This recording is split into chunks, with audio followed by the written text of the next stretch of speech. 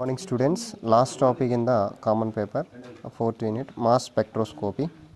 By using of a mass spectroscopy, determination of the molecular weight of compounds. Compounds యొక్క molecular weight ని కనుక్కోవడానికి మనం use చేసేది ఏంటి సార్ అంటే మాస్ స్పెక్ట్రోస్కోపీని యూజ్ చేస్తాం. నా దీనికి ఒక ప్రిన్సిపల్ ఉందండి. ఆ ప్రిన్సిపల్ వచ్చేసి when a organic compound which is having the vaporized state and bombardment with 70 electrical voltage beam, then to form the radicals and cations is known as mass spectroscopy అంటున్నాం.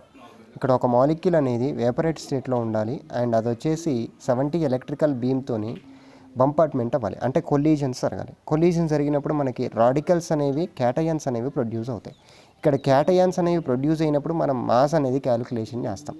Does not calculation with the radicals, only calculation with a cations మాత్రమే మనం ఇక్కడ M/Z value అనేది mass స్పెక్ట్రోస్కోపీని చూసిస్తాం. అంటే M/Z value అనేది calculation చేయడం జరుగుతుంది. Okay, and similarly mechanism వచ్చేసి సిమిలర్గా చెప్పాను. ఆర్గానిక్ కాంపౌండ్ అనేది ఉంటుంది ఇలా. నెక్స్ట్ ఎనర్జీ అనేది 70 ఎలక్ట్రికల్ వోల్టేజ్. ఇది ఒక సర్ఫేస్. ఈ సర్ఫేస్ మీద వచ్చేసి ఇక్కడ ఆర్గానిక్ సాల్వెంట్ అనేది ఇలా డ్రాప్ వైజ్గా పడుతుంది, అప్పుడు బంపార్ట్మెంట్ జరుగుతుందండి. దెన్ అల్యూమినియం ప్లేట్ తీసుకుంటాం ఇక్కడ. నెక్స్ట్ కొల్యూజన్ అంటున్నాను, దాన్ని బంపార్ట్మెంట్ని కొల్యూజన్ అంటున్నాను. కొల్యూజన్ జరిగినప్పుడు మనకి క్యాటయాన్స్ను రాడికల్స్ అనేవి ఫామ్ అవుతాయి. Okay, that is chemical formula ప్రకారం ఇలా M is gives rise to 70 electrical voltage beam bombardment. Then ఇక్కడ M అండ్ ప్లస్ మైనస్ అంటున్నాం, సారీ ప్లస్ రాడికల్స్ అంటున్నాం. రాడికల్స్ అంటే ఇక్కడ మాలిక్యులర్ అయాన్ అంటాం. దీన్ని ఇలా ఉంటే దాన్ని మాలిక్యులర్ అయాన్ అంటాం, లేదా ఇది లేదా ఇలానే అనొచ్చు. ఓకే, నెక్స్ట్ దీన్ని పేరెంట్ అయాన్ కూడా అనొచ్చు. Now molecular ion undergoes the fragmentation. That means fragmentation means here cleavages of a molecular ion. To forms the two types of fragmentation takes place here, M+1, M+2. M+1 also called as a here basic peak, and M+2 అనేది కొంచెం తగ్గుతుందండి, mass అనేది తగ్గుతుంది. M+1 అనేది intensity పెరుగుతుంది, basic peak అనేది పెరుగుతుంది. Now fragmentation definition వచ్చేసి the cleavages of a single bond from the molecular ion is called fragmentation అంటున్నాను. అంటే సింగిల్ బాండ్లో అది క్లీవేజ్ అవుతే దాన్ని ఫ్రాగ్మెంటేషన్ అంటున్నాం. Your basic peak or intensity peak అంటే రిలేటివ్ అబండెన్స్ వాల్యూ మీద డిపెండ్ అయి ఉంటుంది. Okay, and 100% relative abundance value. Okay, and సిమిలర్గా దీంట్లో ఉన్నట్టు 100% relative abundance value. Abundance means occurring of నేచర్లో అక్కర్ అయ్యే వాటిని అబండెన్స్ అంటాం. ఓకే, అండ్ మాస్ స్పెక్ట్రోస్కోపీ అనేది ఎలా వస్తుంది sir? The floating of A graph between the M/Z value and abundance value. M/Z value అనేది X యాక్సిస్ మీద అండ్ అబండెన్స్ వాల్యూ అనేది ఇక్కడ Y యాక్సిస్ మీద తీసుకుంటాం. దెన్ అక్కడ అపీర్ అవుతుందండి ఏంటంటే నెంబర్ ఆఫ్ సిగ్నల్స్ అపీర్ అవుతాయి. ఆ సిగ్నల్స్ని మనం మాస్ స్పెక్ట్రోస్కోపీ అంటున్నాం. Okay, and here relative abundance value అంటే which is occur the percentage in earth. Already చెప్పుకున్నాం. ఇక్కడ M/Z వాల్యూ అంటున్నాం. Here mass can be change depends on the మాలిక్యూల్ని బట్టి మాస్ అనేది చేంజ్ అవుతూ ఉంటుంది. Already we know that. Mass to charge అంటున్నాను. M/Z వాల్యూని ఏమంటున్నాం? మాస్ టు ఛార్జ్ వచ్చేసి ఆల్వేస్ పాజిటివ్ 1గా ఉంటుంది. Then only we are calculated the M values only. Okay, that is having the only క్యాటయాన్స్కి మాత్రమే క్యాలిక్యులేషన్ చేస్తాం. ఫ్రాగ్మెంటేషన్ చూద్దాం ఎలా ఉంటుందో. ఈ మోస్ట్ ఇంపార్టెంట్ అండి ఇది. ఇలా ఫ్రాగ్మెంటేషన్ చేయాలి చూద్దాం. నేను బెంజిన్ తీసుకున్నాను, C6H6 అంటే బెంజిన్ తీసుకున్నాను. అది 70 ఎలక్ట్రికల్ వోల్టేజ్ బీమ్తోనే బంపార్ట్మెంట్ జరుగుతుంది. మనకి మాలిక్యులర్ అయాన్ అనేది ఫామ్ అవుతుంది, దాన్నే పేరెంట్ అయాన్ అన్నాను. దెన్ అక్కడ వచ్చేసి M/Z వాల్యూ 78 వచ్చింది. ఆఫ్టర్ ది ఫ్రాగ్మెంటేషన్ ఒక H అనేది రాడికల్గా బయటకు తీస్తున్నాను. అంటే ఏదైనా తీసుకోవచ్చు యాజ్ యువర్ విష్. నేను ఒక Hని తీసాను. Hని తీస్తే ఏమవుతుంది? ఇక్కడ ఒక వెయిట్ అనేది తగ్గుతుంది, లెస్ అవుతుంది. అంటే C6H5 అవుతుంది మాలిక్యులర్ ఫార్మ్. ఇక్కడ వచ్చేసి mass already we know that 6 carbons into 12 mass. Then ఇక్కడ 72 వస్తుంది. 72 + 5 ఎంత అవుతుంది? 77 వచ్చింది. సిమిలర్లీ ఇక్కడ నుంచి నేను CH2 రాడికల్ని తీసాను. CH2 రాడికల్ని తీస్తే వస్తుంది C5H3 రాడికల్స్ క్యాటయాన్స్ అనేవి ఫామ్ అవుతాయి. సిమిలర్లీ M/Z వాల్యూ అనేది ఇలా వస్తుంది. దీని యొక్క మాస్ని గుర్తుపెట్టుకోవాలి, మాస్ రాకపోతే ఇవి రావు. ఓకే, సిమిలర్లీ ఇక్కడ CH3 కాంపౌండ్ అంటే రాడికల్ని తీసాను. నెక్స్ట్ ఇక్కడ మనకి 50 అనేది ఫామ్ అయింది. నెక్స్ట్ ఇలా CH3 రాడికల్ని అగైన్ ఒకసారేమో ఇక్కడ రాడికల్ వస్తుంది, ఒకసారి దీనికి క్యాటయాన్ వస్తుంది, ఒకసారి దీనికి రాడికల్ వస్తే దీనికి క్యాటయాన్ అనేది ఫామ్ అవుతుంది. ఓకే, అండ్ ఇక్కడ రిప్రజెంటేషన్ ఆఫ్ ఏ సిగ్నల్స్ వచ్చేసి దీనికి ఇక్కడ mass spectra, relative abundance value and M/Z value. M/Z value వచ్చేసి on the X axis, relative abundance value వచ్చేసి on the Y axis. Then మనకి ఎంత వచ్చింది ఇక్కడ బేసిక్ పీక్ ఎంత 78 అనేది బేసిక్ పీక్ అవుతుందండి. నెక్స్ట్ 77, నెక్స్ట్ దాని తర్వాత 63 ఇలా రాస్తే సరిపోద్ది. ఇది fragmentation of mass spectra. Similarly ఇక్కడ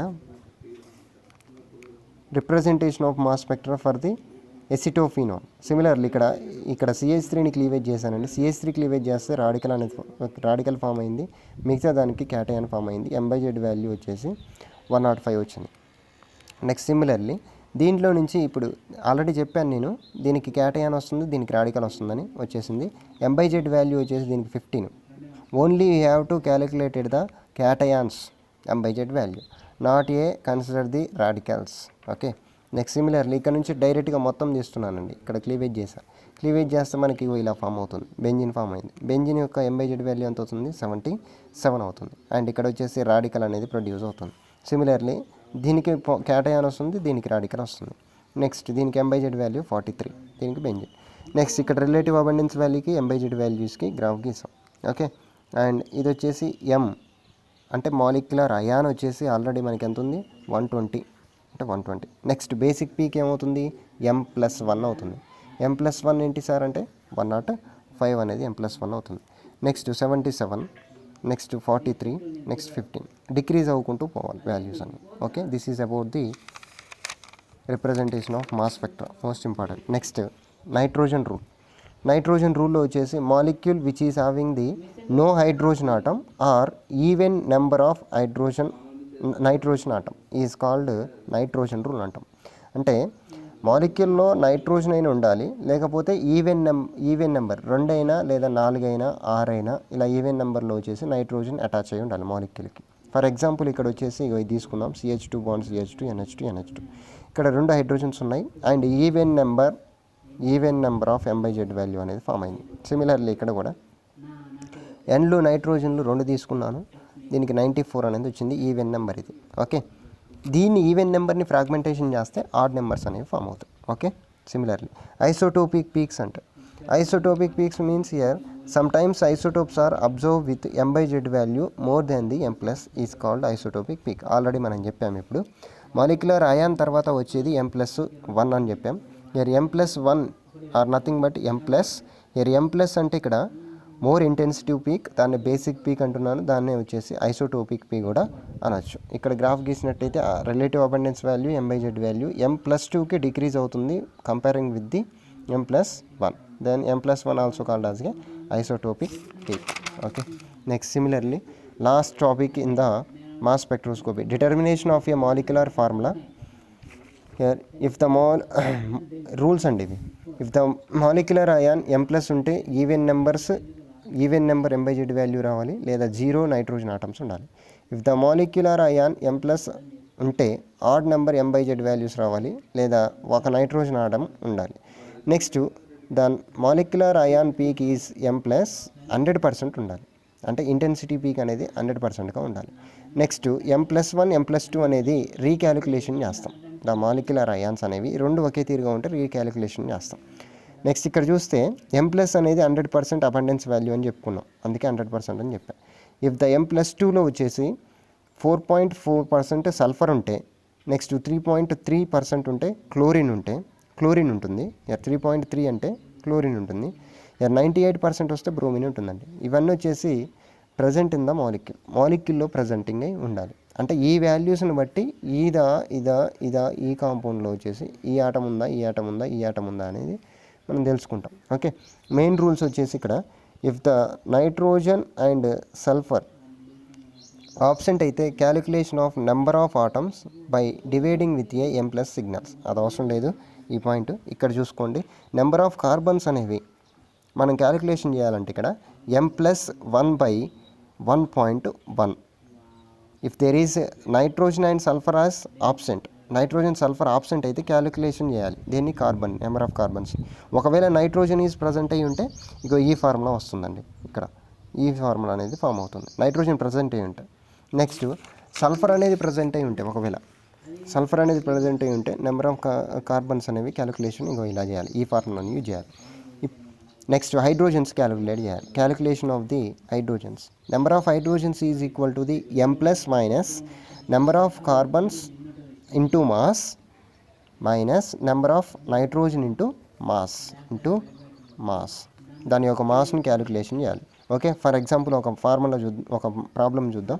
ఇక్కడ m/z వాల్యూస్ అనేవి మీకు ఇలా ఇస్తాడు. m/z value relative abundance value అనేది ఇలా ఇస్తాడండి, ఇలా ఇస్తాడు. నెక్స్ట్ మీరు క్యాలిక్యులేషన్ చేయాలి. ఇక్కడ హైయెస్ట్ పర్సంటేజ్ ఎక్కువ దేనికి ఉంది, 86.1. 86.1తో డివైడ్ చేయాలి, ప్రతిదాన్ని 86.1తో డివైడ్ చేస్తాం. ఇంటూ 100% కావాలి మనకి, ఇంటూ 100%. దెన్ ఇక్కడ రెండు క్యాన్సిలేషన్ అయిపోతే 100%, ఇక్కడ క్యాన్సిల్ చేస్తే 3.7 వచ్చింది, ఇక్కడ వచ్చేసి 0.23 అంటున్నాం. ఇక్కడ m ప్లస్ వచ్చేసి 73 హైయెస్ట్ నెంబర్. మరి రిలేటివ్ అబండెన్స్ వాల్యూ వచ్చేసి లెట్ ఇక్కడ 1 నైట్రోజన్ ఆటం అనేది ప్రజెంట్ అయ్యి ఉంది అనుకుంటున్నాను, ఒక నైట్రోజన్ ఆటం ప్రజెంట్ అయ్యి ఉంది అంటున్నాను. నెక్స్ట్ m+2 అనేది 0.23 లీస్ట్ రిలేటివ్ అబండెన్స్ వాల్యూ. మరి ఆబ్సెంట్ ఎక్కడ మనం చూసుకున్నట్లయితే ఇక్కడ వాల్యూస్ చూసుకోండి, ఇక్కడ 4.4, 3.3, 98% అన్నాం. మరి ఈ వాల్యూస్ చూసుకుంటే ఇక్కడ మనకు 0.23 వచ్చింది, కాబట్టి సల్ఫర్, క్లోరిన్, బ్రోమిన్ అనేవి ఆబ్సెంట్ అవుతాయి. నెక్స్ట్ నెంబర్ ఆఫ్ కార్బన్స్ అనేవి మనం క్యాలిక్యులేషన్ చేయాలి. ఇక్కడ సల్ఫర్, క్లోరిన్, బ్రోమిన్ అనేవి ఆబ్సెంట్ అయినాయి, అండ్ నైట్రోజన్ ఒకటి ప్రజెంట్ అయ్యింది కాబట్టి లెట్ అనుకున్నాం. కాబట్టి ఇక్కడ m+1/1.1 is equal to the m+1 అంటే ఎంత వచ్చింది, ఇక్కడ m+1 అంటే ఇది m+, ఓకే, m+1. దాని ఇక్కడ ఎంత వచ్చింది, 3.7 డివైడెడ్ బై 1.1. దెన్ దీన్ని ఏం తీసుకుంటున్నాను సార్ అంటే 3 కార్బన్స్ కింద కన్సిడర్ చేస్తున్నాను, 3 కార్బన్ కింద రౌండ్ ఫిగర్ చేస్తాను. యాక్చువల్లీ రౌండ్ ఫిగర్ 4, బట్ దానికి వచ్చేసి 3గా తీసుకుంటాం. ఎందుకు సార్ 4 తీసుకుంటే నెంబర్ ఆఫ్ హైడ్రోజన్స్ అనేవి ఇంక్రీజ్ అవుతాయి. Okay, number of hydrogens is equal to the H plus minus అంటే hydrogens, sorry m plus, H plus కాదు, m plus molecular ion plus number of carbons into mass, number of nitrogen into mass. దాని ఇక్కడ వచ్చేసి 73 అని తీసుకున్నామండి. 73 ఎక్కడ, m ప్లస్ది. Next ఇక్కడ 73 minus 3 into 12, 1 into 14. Then ఇక్కడ 23 హైడ్రోజన్స్ అనేవి పాసిబిలిటీ వచ్చింది. మరి this is not possible. Why? Because ఇక్కడ కార్బన్స్ అనేవి ఎన్ని వచ్చాయి, 3 కార్బన్స్. మరి 3 కార్బన్స్ 23 అంటే నాట్ పాసిబుల్. దెన్ ఇక నేను మేబీ ఏమనుకుంటున్నాను, oxygen is present. Oxygen present అయితే సేమ్ ఫార్ములా హైడ్రోజన్ది, బట్ ఇక్కడ మైనస్ నెంబర్ ఆఫ్ ఆక్సిజన్స్ అని పెడతాం, హైడ్రోజన్ 73 సిమిలర్ మొత్తం ఇవన్నీ రాస్తాం. నెక్స్ట్ ఆక్సిజన్ యొక్క మాస్ ఎంత అవుతుంది, 16. ఈ రెండు క్యాలిక్యులేషన్ చేస్తే మనకి 7 హైడ్రోజన్స్ వచ్చాయి. దెన్ ఫార్ములా వచ్చేసి molecular formula C3H7NO. This is the molecular formula determination by using of A mass spectroscopy. Okay student, ఇక్కడతో మీకు మాస్ స్పెక్ట్రోస్కోపీ అనేది కంప్లీట్ అయింది. సో బీ కేర్ఫుల్, బాగా చదవండి. Thank you.